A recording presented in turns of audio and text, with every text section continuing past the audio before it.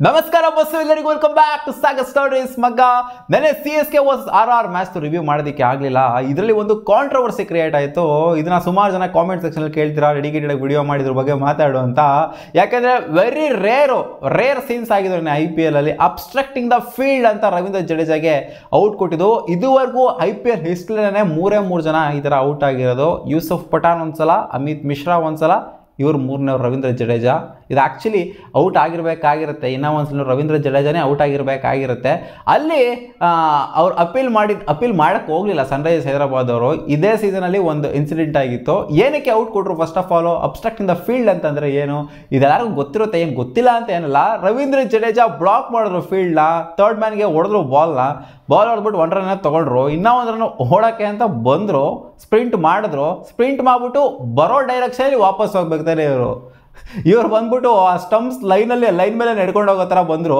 So ಅಲ್ಲಿ Sanju Samson ball ಎತ್ತಿ ಸೀದಾ ಬೆನ್ನಿಗೆ ಕೊಟ್ಟರು. ಹಂಗೇನೆ ಅದು ಯಾವ ಡೈರೆಕ್ಷನ್ ಇತ್ತು ಅಂತಂದರೆ ಸ್ಟಂಪ್ಸಿಗೆ ಹೊಡೆಯೋ ಲೈನಲ್ಲೇ ಇತ್ತು. ಥರ್ಡ್ ಅಂಪೈರ್ ಇದನ್ನ ರಿವ್ಯೂ ಮಾಡಿದಾಗ ಥರ್ಡ್ ಅಂಪೈರ್ನ ರಿವ್ಯೂ ಅವ್ರು ಮಾಡಬೇಕು ಅಂತೇನಿಲ್ಲ, ಅಪೀಲ್ ಮಾಡಿದ್ರೆ ಮಾತ್ರ ಅವರು ರಿವ್ಯೂ ಮಾಡ್ತಾರೆ. ಸನ್ರೈಸರ್ಸ್ ಹೈದರಾಬಾದ್ ಇದೇ ಥರ ಇನ್ಸಿಡೆಂಟ್ ಆಗಿತ್ತು ಅನ್ನಲ್ಲ, ರವೀಂದ್ರ ಜಡೇಜಾನೇ ಇದೇ ಥರ ಇನ್ಸಿಡೆಂಟಲ್ಲಿ ಒಂದ್ಸಲ ತಗಲಾಕೊಂಡಿದ್ರು. Already bowler, Sunrisers Hyderabad bowler ಇದೇ ಥರ ಒಂದು ಬೆನ್ನಿಗೆ ಕೊಟ್ಟಿದ್ರು ಸರಿಯಾಗಿ ರವೀಂದ್ರ ಜಡೇಜಾಗೆ.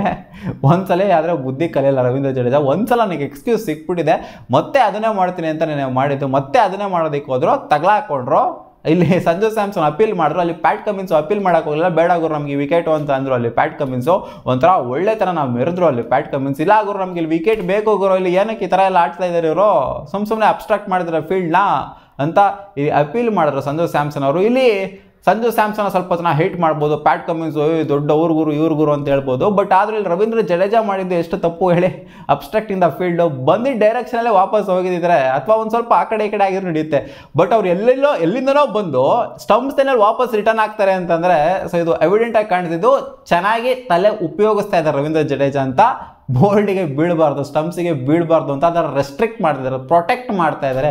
ಬಾಲ್ ಬೆನ್ನಿಗೆ ಬಿದ್ದರೂ ಪರವಾಗಿಲ್ಲ ಗುರು, ನಾನು ಏಟ್ ತಿಂದರೂ ಪರವಾಗಿಲ್ಲ, ಚೂರ್ಚಂಡ್ ಥರ ತಿಂತೀನಿ ಏಟ್ನ, ನಾನು ವಿಕೆಟಿಗೆ ಬೀಳಿಸ್ಕೊಳ್ಳಲ್ಲ ಬಾಲ್ನ ಈ ಥರ ತಗಲಾಕೊಂಡಾಗ ಅಂತ ರವೀಂದ್ರ ಜಡೇಜಾ ತಲೆ ಉಪಯೋಗಿಸಿದ್ರಿಂದ. ಆಲ್ರೆಡಿ ಒಂದ್ಸಲಿ ತಲೆ ಉಪಯೋಗಿಸಿದ್ರು, ಆ ಟೈಮ್ ಔಟ್ ಆಗಲಿಲ್ಲ, ಈ ಟೈಮ್ ಔಟ್ ಆದ್ರೆ ಅಷ್ಟೇ. ಸ್ವಲ್ಪ ಜನ ಕಾಮೆಂಟಲ್ಲಿ ಕಿರ್ಚಾಡ್ತಾ ಇದ್ರ ನೋಡಿದೆ CSK ಫ್ಯಾನ್ಸ್ ಅಂತ ಕಾಣಿಸ್ತು. ಸ್ವಲ್ಪ ಜನ ಕೇಳ್ತಿದ್ರು, ಎಲ್ಲರಿಗೂ ಅಲ್ಲ, ಮೋಸ ಆಗ್ಬಿಡಿದೆ CSK, ಮೋಸ ಮಾಡ್ಬಿಟ್ರು, ಕಾಂಟ್ರವರ್ಷಿಯಲ್ ಡಿಸಿಷನ್ ಇದು, ಹಂಗಾಯ್ತು ಹಿಂಗಾಯ್ತು, ಅಲ್ಲೇನವ್ರೇನು ಬೇಕು ಅಂತ ಏನು ಕೈ ಇಟ್ರಾ ಕಾಲಿಟ್ರಾ ಏನಿಟ್ರು, ಅವ್ರೇನು ಬಾಲ್ನ ನೋಡ್ತಾ ಇದ್ರಾ? ಬಾಲ್ನ ನೋಡ್ತಾ ಇರಲಿಲ್ಲ ಅಲ್ವಾ ಅವರು, ಬಾಲ್ನ ನೋಡ್ತಾ ಇರಲಿಲ್ಲ ಅವ್ರು, ಹೊಡಿಬೇಕಾದ್ರೆ ಬಾಲ್ನ ನೋಡ್ತಿರ್ಲಿಲ್ಲ. ಬಟ್ ಸಂಜು ಸ್ಯಾಮ್ಸನ್ಗೆ ಬಾಲ್ ಬರೋದನ್ನ ನೋಡಿದ್ರು ಅವರು ಮುಂಚೆನೆ. ಕೊಡ್ತಾನೆ ಸರಿಯಾಗಿ ಸ್ಟಂಪಿಗೆ ಕೊಡ್ತಾನೆ ಅಂತ ಹಂಗೆ ವಿಕೆಟ್ ಲೈನಿಗೆ ಬಂದು ಸ್ಟಂಪ್ಸ್ ಲೈನಿಗೆ ಬಂದು ಏಟ್ ಬಿದ್ದರೂ ಪರವಾಗಿಲ್ಲ ಅಂತಾನೆ ಬಂದಿದ್ದು. ಸೊ ಅದು ಎವಿಡೆಂಟಾಗಿ ಕಾಣಿಸ್ತು ಥರ್ಡ್ ಅಂಪೈರ್ಗೆ.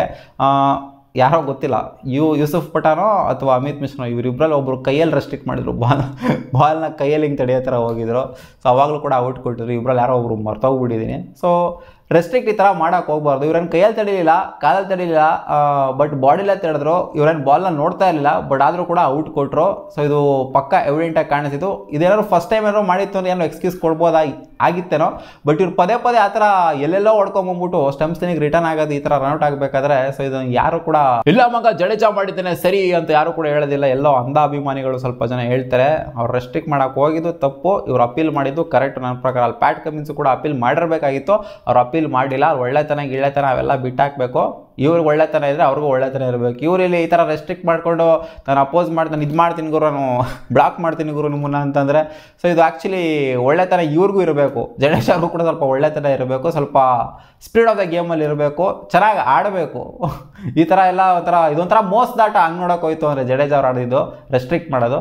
ಸೊ ಅದಕ್ಕೆ ಕರೆಕ್ಟಾಗಿ ಡಿಸಿಷನ್ ಆಗಿ ಕೊಟ್ಟಿದ್ದಾರೆ. ಇಲ್ಲಿ ಜಡೇಜಾ ಅವ್ರದ್ದೇನೆ ತಪ್ಪು.